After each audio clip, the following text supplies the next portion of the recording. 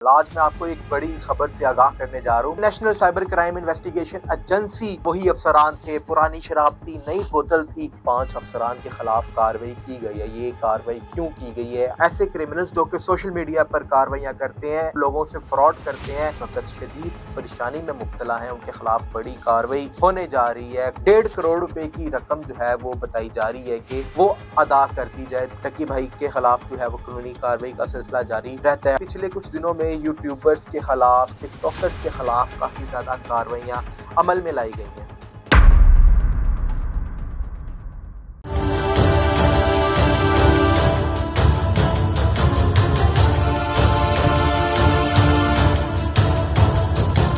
السلام علیکم پاکستان، میں ہوں شاہزیب بھٹی اور آپ دیکھ رہے ہیں میرا ڈیجیٹل چینل۔ آج میں آپ کو ایک بڑی خبر سے آگاہ کرنے جا رہا ہوں۔ معروف ٹک ٹاکر ٹکی بھائی جو کہ یوٹیوبرز کے اور ٹک ٹاک والوں کے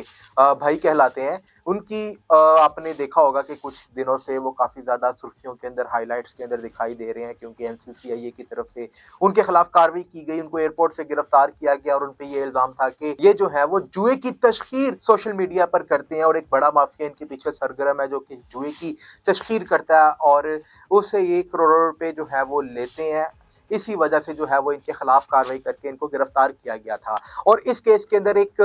ڈپٹی ڈائریکٹر سرفراز چودھری جو کہ NCCIA یہ وہی ونگ ہے جو کہ پہلے سائبر کرائم ونگ تھا FIA کا، اس کو بعد میں NCCIA یعنی national cyber crime investigation agency جو ہے وہ اس میں تبدیل کر دیا گیا۔ وہی افسران تھے، پرانی شراب تھی، نئی بوتل تھی اور وہی افسران وہی کارروائیاں کرتے تھے، لیکن ان کو اختیارات جو ہیں وہ زیادہ دے دیے گئے تاکہ وہ جو سائبر کرمنلز ہیں، ایسے کرمنلز جو کہ سوشل میڈیا پر کارروائیاں کرتے ہیں، انلیگل ایکٹیویٹیز میں ملوث ہوتے ہیں اور لوگوں سے فراڈ کرتے ہیں وایا سوشل میڈیا، ان کے خلاف جو ہے وہ کارروائیاں عمل میں لائی جائیں، کیونکہ بہت سی ہزاروں اپلیکیشنز جو ہے وہ FIA کو موصول ہوتی تھی اور یقینی طور پہ اس میں مزید افسران اور مزید اختیارات کی ضرورت تھی ایسے لوگوں کے خلاف کارروائی کرنے کے لیے۔ اس لیے NCCIA بنائی گئی اور اس میں جو ڈپٹی ڈائریکٹر تھے سرفراز چودھری جو اس کو ہیڈ کر رہے تھے لاہور میں، انہوں نے ان کو گرفتار کیا اور بہت سے یوٹیوب چینلز کے اوپر اور ٹی وی چینلز کے اوپر آپ نے دیکھا کہ وہ ایکٹیو ہوئے اور پھر انہوں نے جو ہے وہ اپنے بیانات بھی دیے، جس میں وہ ہمیشہ ایک ذکر کیا کرتے تھے کہ ان کو جو سپورٹ ہے وہ پیچھے سے ملٹری انٹیلیجنس کی ہے، MI کی ہے، جو کہ ایک ملٹری کا انٹیلیجنس کا ادارہ ہے۔ لیکن اب ایک بڑی خبر جو ہے وہ سامنے آئی ہے کہ مبینہ طور پہ ملٹری انٹیلیجنس کے ریڈار پہ NCCA آئی چکی ہے اور 5 افسران کے خلاف کارروائی کی گئی ہے۔ یہ کارروائی کیوں کی گئی ہے آج کے اس ولاگ میں آپ کو بتانے جا رہا ہوں۔ میرا ولاگ پورا سنیے گا، میرے چینل کو سبسکرائب کر لیجئے گا تاکہ مزید جو اپڈیٹس ہیں اس سے آپ کو آگاہ کیا جا سکے۔ ٹکی بھائی سے شروع کرتے ہیں کہ ٹکی بھائی جو ہے وہ جب گرفتار ہو جاتے ہیں اور ان سے جو ہے ان کے خلاف کارروائی کی جاتی ہے تو اس میں ایک نام اس انٹیلیجنس آفیسر کا سامنے آتا ہے، شعیب ریاض ان کا نام ہے، جو کہ ایک اسسٹنٹ ڈائریکٹر ہیں NCCIA کے اور ٹکی بھائی کا سارا کیس جو ہے وہ انویسٹیگیٹ کر رہے تھے۔ مبینہ طور پہ جو ذرائع سے معلومات موصول ہوئی ہیں ان کی طرف سے ٹکی بھائی کے وکیل کو ایک فون کال کی جاتی ہے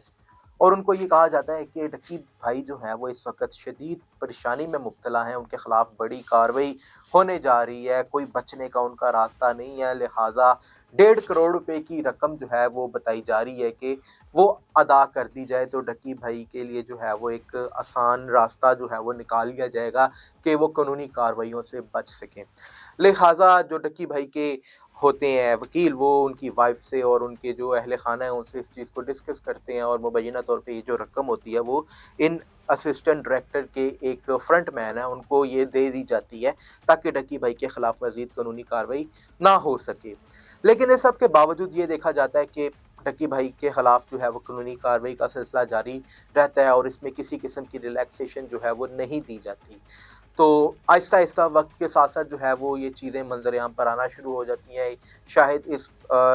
یہ کہا جا سکتا ہے کہ اس بات کے لیک ہونے کا مقصد بھی یہی ہے کہ پیسے تو ادا کر دیے گئے لیکن پھر بھی ان افسران کی طرف سے ٹکی بھائی کو کوئی ریلیکسیشن نہیں دی گئی، تو اسی لیے شاید اب یہ باتیں لیک ہونا شروع ہو چکی ہیں۔ اس میں NCCIA جو کہ آپ کو میں نے بتایا کہ national cyber crime investigation agency ہے،